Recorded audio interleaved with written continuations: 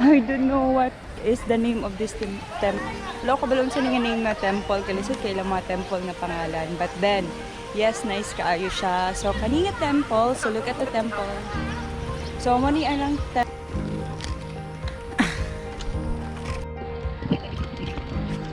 So this is the Loy truck. I don't know, it's a farm guys. So ang farm nila surrounded by temples. Charing! Yeah, surrounded by temples. And then, napod sila yung mga vegetables there. Charing! Na rice field, actually. So, they have also cafes here. Charing! So, nice kayo ilang place, guys. Nindot kayo ni siya i-apply sa atua, diba? Especially sa Bukidnon. It's because we have a lot of farms there. We have a lot of rice field sa atua sa Bukidnon. So, pwede natin siya i-apply, guys. Tcharing! Oh. See? Himuon na itong parang tourist spot. Kung na may mga luag na basakan sa inyong lugar, why not try this one? Pwede siya mahimong tourist attraction. And for sure, daghan gid siguro kayo mga turista mag-anhi dere. So, it's a matter of innovation. Wow! Very nice it kayo siya, guys. Oh. See? So, these are my co-teachers. Mga co-teachers, guys. Na ay. Nice kayo, makamingaw kayo sa among place. Kay ang Bukidnon sa Amoa is ingani gid siya. Naagid siya yung mga actually pasakan gid siya. And yeah, diba? Sila yung mga kubo ba na siya? Or mga payag-payag. And napod sila yung fish pan. So if gusto mo mangisda na po sila yung fish pan. So nindot kayo lang pasakan, di ba? And of course, na sila yung cafe. So ato ang nato lahang cafe. So nice kaayo. Mura gid siya nasa Bukidnon. So this is Nan. So maato sa mi guys, mag-order me of any drinks. So napod sila yung mga papayong guys. So pang tourist attraction gid siya. Na siya payong if gusto mo mag-take pictures here, napod sila yung payong. Like, sharing. Ah, diba? Nice kayo siya.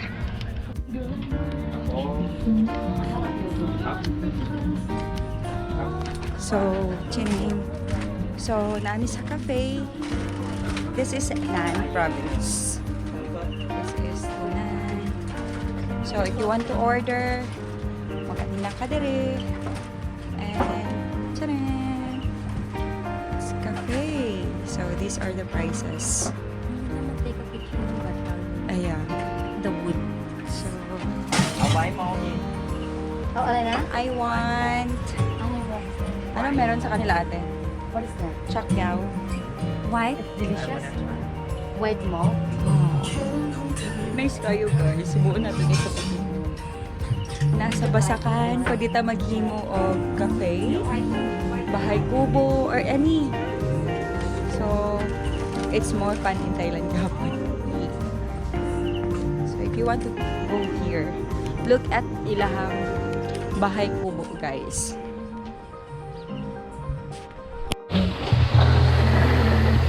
So, guys, mag-try ko o order nga nakapasakay. Wow! Pika, chayen นะคะ ชาเย็นแบบนี้นะครับชาเย็นจะเป็นสีนี้นะครับ ขอบคุณค่ะ Can it carry me? So guys, if gusto po mo magpa-picture na punta dito sila. Where's the birds nest? You wanna fall on included water? Yeah. Where's Punahan mo tayo. okay. So, paunsa na ako akong gi-order nga chayen. Chayen or chakyaw? Sawadee ka!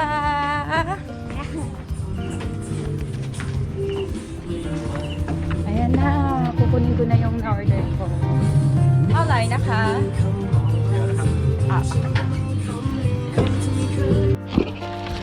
Are you happy with our trip? Are you happy on? Yes. Yes. So, may pa-umbrella ang mayora nyo. So, nasa yung mga umbrella, guys. So, this is the umbrella. Umbrella pa effect. Diba, nice kaayo. Sa ilang bukit na sila paing-ani. Ayun siya, guys. And then na din sila farm. Na sila palayan. After palayan is na sila cafe sa inside sa palayan. So, why not?